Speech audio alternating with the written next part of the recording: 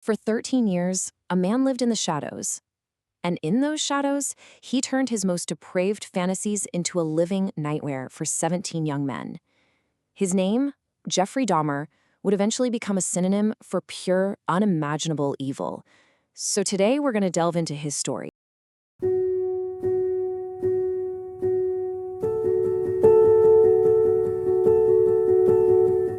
You know, when the full truth of what he'd done finally came to light, this is what people were saying. The sheer scale of it all, it just didn't feel human.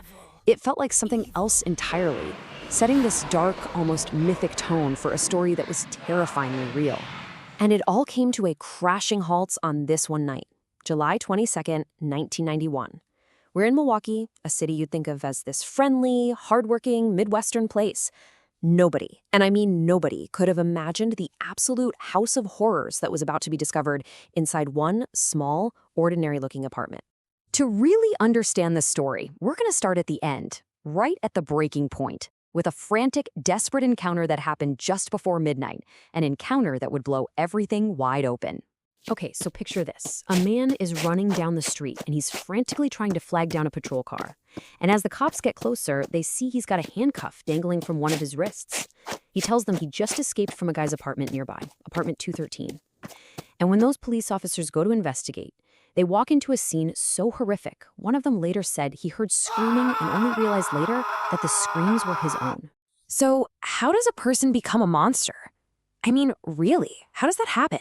To even begin to understand, we have to go all the way back to the beginning. Jeffrey Dahmer's childhood home was not a happy place. His parents were always fighting, and he felt totally, completely ignored. At school, he was a total loner, really isolated, and he had this disturbing lack of empathy. He'd apparently even laugh when other kids got hurt. So what did he do? He just retreated inward, building this private fantasy world. A world that, one day, he would try to control absolutely. And this timeline, it's just chilling. It shows this terrifying step-by-step progression. It starts with a morbid curiosity, collecting insects in jars. Then that leads to dissecting animals. And then it escalates to something much darker, killing stray dogs. Each step took him deeper and deeper into this obsession, putting him on a direct path to taking a human life. And alongside this growing cruelty, something else was taking hold: alcoholism. By the time he was a teenager, he was literally showing up to school drunk. It was just one more huge, disturbing red flag that somehow went completely unnoticed.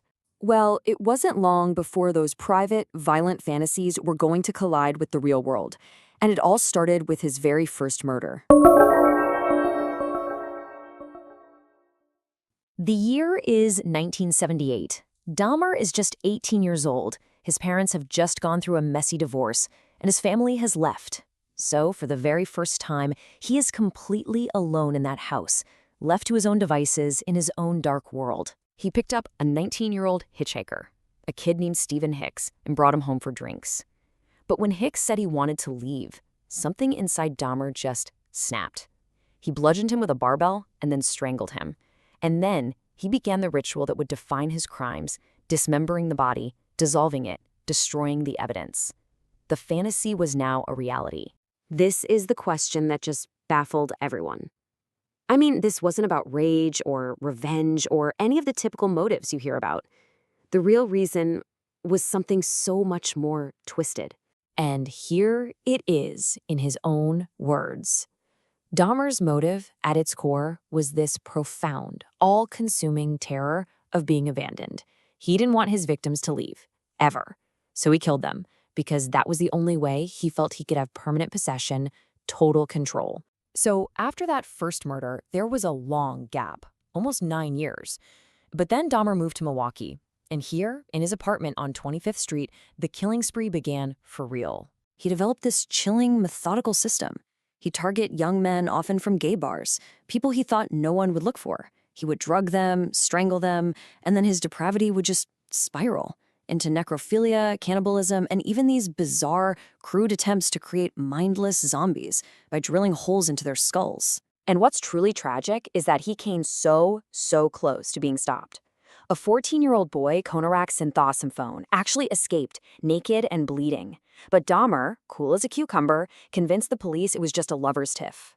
The officers actually returned the boy to Dahmer's apartment, where, by the way, another victim's body was decomposing in the next room. Moments after the police left, Dahmer killed him. So after his arrest, Dahmer confessed to everything. He didn't hide a thing. So the entire trial wasn't about if he did it. It was all going to hinge on a single crucial question. Was he sane or was he insane? Now, legal insanity isn't the way we might use that word in everyday conversation. For the defense to win, they had to prove that a mental disease was so severe that Dahmer literally couldn't understand that his actions were wrong. That is an incredibly high bar to clear in court. So you had these two competing arguments. The prosecution said, look, this guy was sane, he was clever, he planned everything, he knew how to hide the evidence and blend in. But the defense argued, no, he was insane. He was driven by these uncontrollable urges to do things that are just depraved. His goals, like making zombies, were completely divorced from reality. The jury had to decide, was this methodical cunning or was it pure, uncontrollable compulsion? In the end, the jury found him sane. They decided that he knew exactly what he was doing and that he knew it was wrong.